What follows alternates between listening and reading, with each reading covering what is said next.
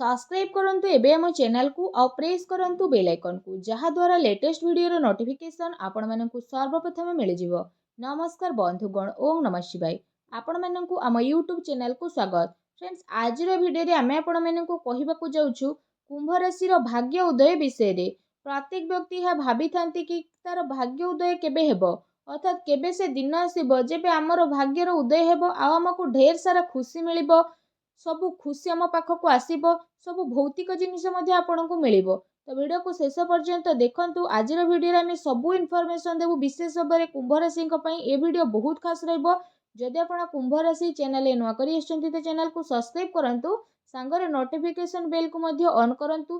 ता सहित comment box रे जय मां लक्ष्मी बोली अवश्य लिखि दियंतु। तो आसंतु आमे जानिबा कुंभ राशि व्यक्ति विशेषଙ୍କ पई किपरि रहिबो स्थिति। आपण समस्ते जानिछंती कि केउ भी काम करिबा पई कर्म ही प्राधान्य होइथाय। कर्म तो व्यक्ति को करिबा पई ही पड़िथाय, तेबे जेई ताकू ता जीवन रे सफलता मिलिथाय। जदि आमे एठी आपनको कहिबु ए जो राशि कुंभ राशि, आपण भाबि कि चलंतु कि कुंभ राशि हेउचंती शनि राशि आ शनि हेउचंती हमर कर्मर स्विंग देवता। जदि कहिबा शनि सबु लोकन को कर्म अनुसार रिजल्ट देइथांती, तो सेथि पई तो शनि को कर्म फलर दाता बोली कुहा जाय। आ कुंभ राशि रे जेहेतु शनिकर राशि अटे, तो जदि आमे कहिबा आपणकर कुंडली को जदि विचार करिबा, आम कुंडलीर नवम भाग अर्थात भाग्य भाग कुहा जाय। जदि आमे विशेष भाबरे एठी आपनको कहिबु कि आम जीवन रे गोटे प्रकारर स्थिति रहिते, जो एमिति गोटे ताला थाए जे ताबी कोन होइथाय ने जो चाबीटी हमर कर्म द्वारा खोली थाए, आ गोटे चाबी हमर भाग्य द्वारा खोली थाए। तो जदि विशेष भाबरे कहिबा जेबे आपण कर्मर चाबी बनिबे तो भाग्यर चाबी आपणकर खोलिबो। तो जो भी जातकंकर कुंडली रे ए दुईटी चाबी बहुत मजबूत रही थाए, तो से तार जीवन रे विशेष रूप रे जदि कहिबा अधिक रूप रे उन्नति करि थाए, अधिक रु अधिक उन्नति मिलि थाए। सबुठारु अधिक ध्यान देबाकू होई थाए कि आपणकर कर्म उपरे। खास करी कुंभ राशि व्यक्ति विशेषଙ୍କୁ बहुत ही अधिक निजर काम कार्य प्रति ध्यान देबाकू पड़ी थाए। निज व्यक्तित्व आड़कू, निज स्वभाव आड़कू ध्यान देबा पई पड़ी थाए। काहेकि ना जदि कहिबा तो शनिकर प्रभाव सबुठारु अधिक कुंभ राशि आ मकर राशि ऊपर पड़ी थाए। कारण शनि कुंभ और मकर राशि स्वामी अटंती।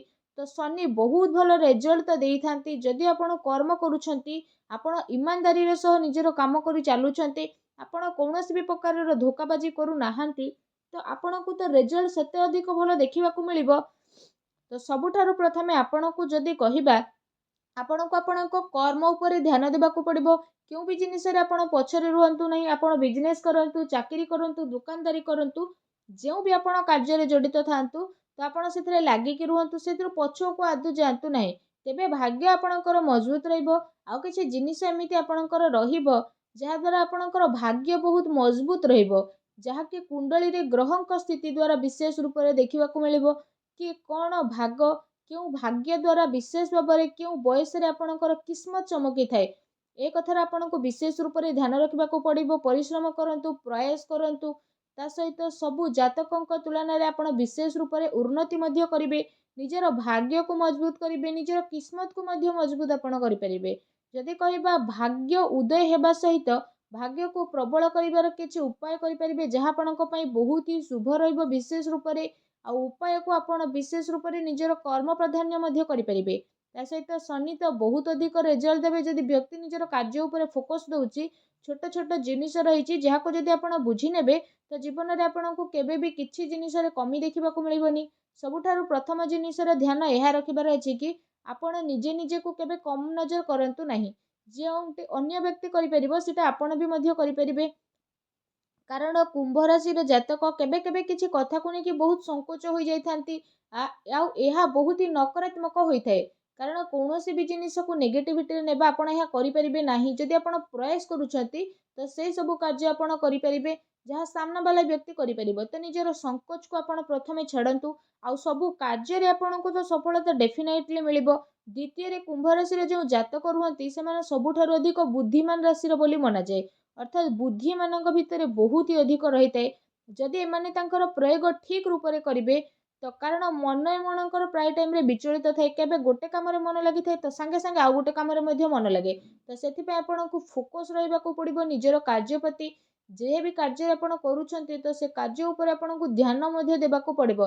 एमिति नुह कि आपण गोटे कार्य को छाड़ी आ गोटे कामर स्टार्टिंग करिवे। तो सेमिति पई जो कहिबा कुंभ राशि जातक जो माने अधिक फेलियर हुअंती तो ए कारणर होइथांती। तो गोटे काम करिकी एका संगरे से माने आउ गोटे काम आड़कू बा तृतीय काम आड़कू दृष्टि देइथांती। गोटे जिनिस रे फोकस रुहे नै तेबे जाइके आपणकर परिवर्तन आसीथाए आ आपणकू सफलता मिलिथाए। जदि कुंडली हिसाब रे हमें कहिबा सबु राशिंकर गोटे वर्ष रही थाए जो वर्ष रे तांकर भाग्यर उदय होइथाए। तो कुंभ राशिंकर भाग्य भागरु जदि हमें विशेष भाव रे कहिबा आपणकर कुंडली भागरे जदि हमें विचार करिबा तो कुंभ राशि व्यक्ति विशेषकर कुंभ लग्नक विषय जदि कहिबा तो आपणकर भाग्य उदय हेबार जो वर्ष रही थाए तो 25 वर्ष रु आपणकर स्टार्ट हो जाय थाए। 25 वर्ष रे भाग्यर उदय आपणकर होई थाए। तापरे 28 वर्ष रे आपणकर भाग्यर उदय होई थाए।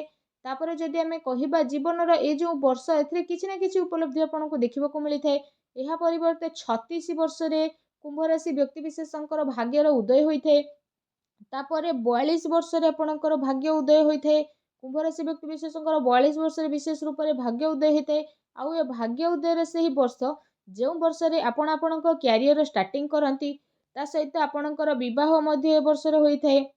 आपण आपणकर कैरियर आरंभ करथांती बड़ उपलब्धि मिली थाए।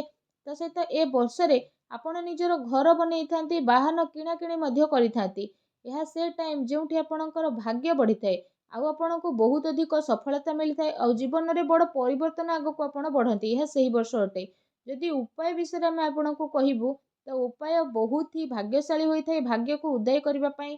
तो आपण आपणकर काम सहित जदि उपाय करिवे तो एहा आपनको सपोर्ट प्रदान करिवो। विशेष भाव में जदि कहबा आपणकर जो काम रही बहुत भल भाव चलिबो बिना किछि रोकठोक रे बिना कौनसी नेगेटिविटी रे आ बिना कौनसी परेशानी रे। जदि कहबा उपाय पई आपण जदि देखिबे आपणकर राशि स्वामी जेहेतु शनि अटंती तो शनि को उपाय करिबा आपणक पई सबुठारु अधिक महत्वपूर्ण रहइबो। एवं शनिकर जो उपाय रही थाए एहा बहुत ही आसान उपाय रही थाए। विशेष रूप रे जदि कहबा शनि हनुमान जी को उपासना रो प्रसन्न हुअंती तो हनुमान को उपासना करि परिबे।